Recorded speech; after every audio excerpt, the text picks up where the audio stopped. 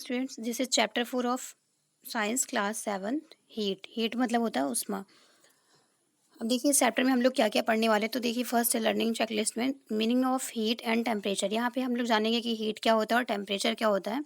Study the various type of thermometer. यहाँ पे thermometer जो होता है जिससे हम हीट को मेजर करते हैं, टेम्परेचर को, वो कितने टाइप के होते हैं। The method of using clinical thermometer, और क्लिनिकल जो क्लिनिक वगैरह में डॉक्टर्स यूज़ करते हैं उस थर्मामीटर को कैसे यूज़ करते हैं, इसके मेथड पढ़ेंगे। The various temperature scale. देखिए टेम्परेचर स्केल भी होता है कि हम कैसे मापेंगे उसको, उसके बारे में पढ़ेंगे। The various method of transfer of heat, और विभिन्न तरीके सीखेंगे कि जो हीट होता है, जो उसमें होती है, वो कैसे ट्रांसफ़र की जाती है। तो देखिए इस चैप्टर में इतना पढ़ने वाले हैं। चलिए स्टार्ट करते हैं इंट्रोडक्शन से। Until the end of the 18th century, scientists believed that heat was a kind of fluid which was gained by a body when it was heated and lost when it was cooled. अब देखिए ये बताया जा रहा है कि 18th century के last तक जो साइंटिस्ट थे, वैज्ञानिक थे, वो ये भरोसा करते थे कि जो हीट है उष्मा है, एक तरह का तरल पदार्थ है जो कि बॉडी से जब पसीना निकलता था तो ये बाहर आता था, ऐसा वो लोग सोचते थे। This fluid named caloric caloric. However, this theory could not explain several observations. For example, why two bodies when rubbed together become warm. अब देखिए ये बताया जा रहा है कि जो ये तरल पदार्थ था उसका नाम कैलोरिक था। लेकिन ये जो यहाँ पे साइंटिस्ट ये सोचते थे कि तरल पदार्थ है, तो इस तरह से ये जो सारी चीज़ें थी वो एक्सप्लेन नहीं कर पा रही थी। बहुत सारी ऑब्जर्वेशन जो थे, जो लोग एहसास ऐसा किए थे, वो सारी को संतुष्ट नहीं कर पा रहे थे। तो उन्होंने वो क्या थे, जैसे वाई टू बॉडीज व्हेन रब, जब दो बॉडीज़ के पार्ट्स को रगड़ा जाता है या फिर रब किया जाता है तो वो क्यों गर्म हो जाते हैं ना, ये चीज़ें उनको समझ नहीं आ रही थी कि ये ऐसा क्यों होता है। The experiment conducted by Count Rumford and James Prescott in the beginning of the 19th century. अब देखिए यहाँ पे ये साइंटिस्ट वैज्ञानिकों के नाम है। इन्होंने क्या किया था 19th सेंचुरी के शुरुआत में, 19वीं शताब्दी के शुरुआत में क्या किया था, establish that heat is a form of energy. उन्होंने ये कहा कि जो हीट है वो एक तरह की एनर्जी है, नोन एज थर्मल एनर्जी, और जिसे थर्मल एनर्जी कहा जाता है। Many other forms of energy can be converted to heat energy. और देखिए इस तरह से बहुत सारी एनर्जी ऐसी है जिसको कि हीट एनर्जी में कन्वर्ट किया जा सकता है। And heat energy can be converted to other forms of energy. और जो हीट एनर्जी है, जो उष्मा ऊर्जा है, उसको भी कई फॉर्म में, कई रूप में कन्वर्ट किया जा सकता है। देखिए यहाँ पे बताया गया कैसे। ये फर्स्ट है, when you rub your hand together mechanical energy gets converted to heat energy. तो यहाँ पे बताया जा रहा है कि जब आप दोनों हाथों को अपने रगड़ेंगे तो जो आपकी मैकेनिकल एनर्जी है वो हीट एनर्जी में कन्वर्ट हो जाएगी। And you hand become warm, और आपके हाथ भी गर्म हो जाएंगे। व्हेन फ्यूल इज बर्न, और जब कोई ईंधन जलाया जाता है, chemical energy stored in the fuel gets converted to heat energy. अब तो देखिए क्या होता है, जो केमिकल एनर्जी होती है वो स्टोर हो जाती है फ्यूल में, और फिर वो किस में कन्वर्ट हो जाती है, हीट एनर्जी में। फिर देखिए थर्ड है, the heat energy of burning petrol converted to mechanical energy in a car. और जो हीट एनर्जी है वो क्या करते हैं, अ, जब भी पेट्रोल को जलाया जाता है तो वो मैकेनिकल एनर्जी में कन्वर्ट हो जाता है कार के लिए। ठीक है। फिर देखिए बोला जा रहा है in electric heater electric energy converted to heat energy. Electric heater जो होता है, जो बिजली से चलता है, वो भी इलेक्ट्रिक एनर्जी से कन्वर्ट किस में हो जाता है, हीट एनर्जी में। In a power house heat energy of burning coal is converted into electric energy. अब देखिए पावर हाउस जो होते हैं, जहाँ पे बिजली बनाई जाती है, वहाँ पे कोल को जलाया जाता है, और कोल किस में कन्वर्ट हो जाता है, इलेक्ट्रिक एनर्जी में। When a sand, a liquid or a gas is heated, molecules gain energy and start moving faster। ठीक है। अब देखिए क्या होता है, जब भी सॉलिड, लिक्विड या फिर गैस को गर्म किया जाता है तो जो उसके मॉलिक्यूल्स होते हैं, जो भी अणु होते हैं, वो क्या हो जाते हैं, मूव करने लगते हैं एक जगह से मतलब उनमें से जो भी पदार्थ, जैसे वाटर से क्या होगा कि वाटर भाप बन के उड़ने लगेगा, है ना। The more we heat the substance faster its molecule move. जब हम किसी भी सब्सटेंस को, किसी भी तत्व को गर्म करेंगे ज़्यादा तेज़, तो उसके जो भी मॉलिक्यूल्स होंगे, अणु होंगे, वो तेज़ी से गति करने लगेंगे।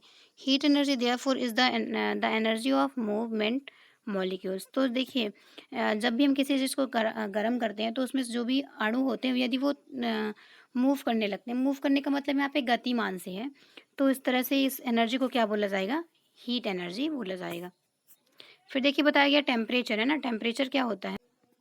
देखिए टेम्परेचर का मतलब होता है तापमान। फॉर फाइंडिंग हाउ हॉट और cold a body is we use our sense of touch. हम अपने शरीर को ये देखने के लिए कि गर्म है कि ठंडा है, अपने टच सेंस का यूज़ करते हैं, सेंस ऑर्गन जो कि टच करके पता कर लेते हैं। But our sense of touch is not accurate और रिलायबल। लेकिन जब भी हम टच करते हैं तो हम ये नहीं बता सकते एग्जैक्टली कि हमें हमारा बॉडी जो है वो कितना गर्म है ना। रिलायबल मतलब विश्वसनीय नहीं होता है। It gives only a rough idea about the hotness coldness of a body. केवल ये एक तरह से आइडिया बता सकता है कि हाँ थोड़ा ज़्यादा गर्म है कम गर्म है। Let's see why we can not rely on our sense of touch completely. तो चलिए देखते हैं कि ये जो सेंस ऑफ टच है वो क्यों ऐसा नहीं कर पाता है। तो देखिए यहाँ पे यहाँ पे एक एक्टिविटी के द्वारा बताया गया है।